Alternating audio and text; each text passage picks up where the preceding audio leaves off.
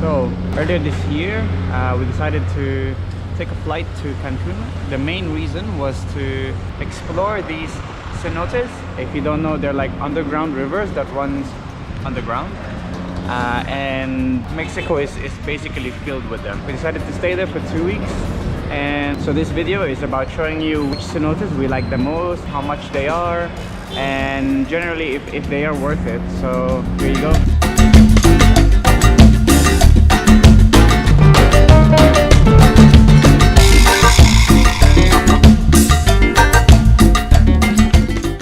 One that we visited is Dos Ojos cenote, which is 8 minutes from Tulum. It's about 250 Mexican pesos. It's beautiful, actually, the place. We came at about 8 a.m. So it wasn't too much people, but it got quite busy. Around 10 o'clock, it got a little bit too busy. Now there are 2 cenotes that you can visit. It's by far the most expensive one. Beautiful. It's close to Tulum. You should check it out. For Dos Ojos, try to come early. On the internet, it will tell you that opening time is 8 o'clock, but it's actually much earlier than that. So if you go there earlier than 8, they will most likely let you in and you'll have the place for yourself.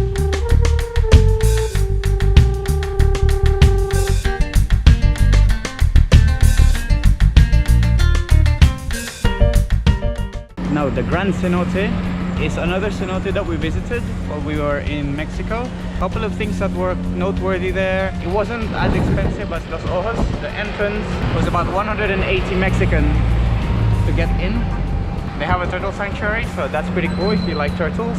You can't swim with them, they're separate from the cenote. They do force you to take a shower. There are these showers just before you get to the cenotes.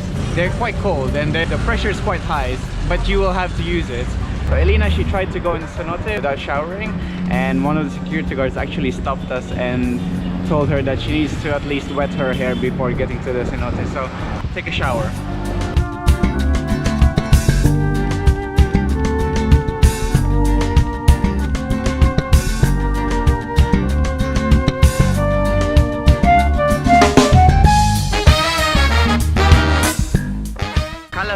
Is one of these cenotes where you won't need your snorkeling gear because it's actually a jumping cenote.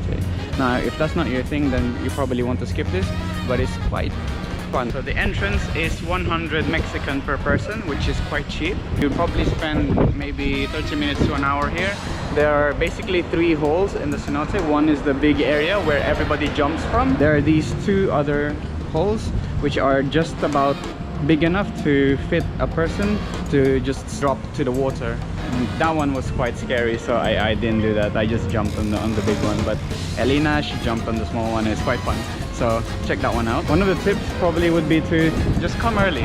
I mean, same as the other cenotes, if you come early you will have the place to yourself. This one is probably more important just because the cenote itself is quite tiny. So if you go in the afternoon, you will have a lot of people, and when you do your jumping pictures, there will be a bunch of them. So if you want to have videos and pictures by yourself, like, it's better to come early.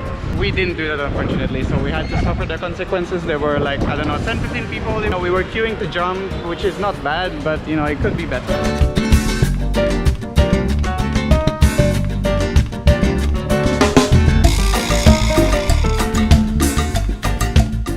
Suitun is one of the more popular ones that we visited, purely because it's not a cenote that I would say is for looking underwater or swimming. The cenote is underground actually, so you have to take stairs down. You will be inside the cenote itself.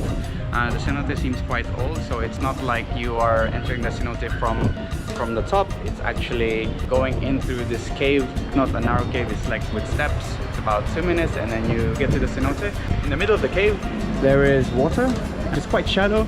It's a bit not clear, so you don't need to bring your snorkeling mask. And in the middle there is a circle platform where you can take pictures, and this is the cenote that you will see mostly on Instagram or Facebook or on the internet, because this place is quite pretty. One tip, if you do want to swim in Suitun, you can. There are lifeguards that force you to wear a life vest, and they do monitor the place, and you cannot swim without a life vest. It's like a mandatory thing. So if you do want to swim, that's one thing that you should be aware of. Suitun is about 120 Mexican per person. That's not too bad overall.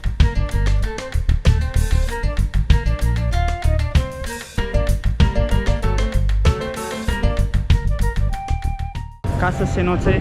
One of these cenotes that we didn't find ourselves. We actually asked around.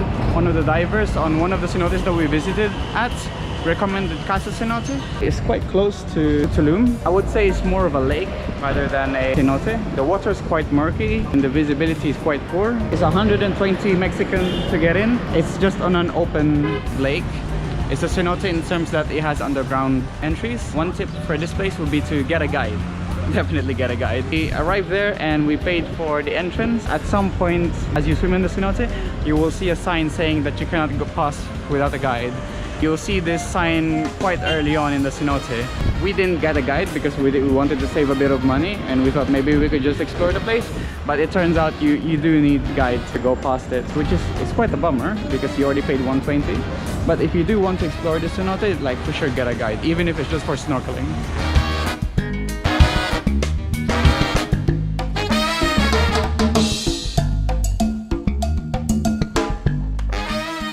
Corazon del Paraíso is probably our favorite cenote that we visited in Mexico. This place is not very well known, I would say. It wasn't quite busy when we got there, even though it was in the middle of the afternoon. It was 80 Mexican pesos per person to get in, which is the cheapest that we paid for to get into a cenote so far. The cenote is quite wide. Even if there are more than 10 or 15 people there, it's quite spread out, so you wouldn't bump into them if you wanted to explore the cenote. One of the things that we liked were the water is crystal clear, so it's amazing. You'll see the plants underneath and it just looks like it's out of this world. So don't forget to take a snorkel.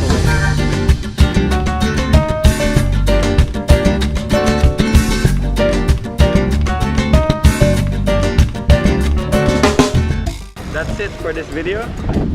Subscribe if you haven't yet. I will post some more videos at some point in the future. And comment below if you missed any cenotes that you think we should have visited while we were in Mexico.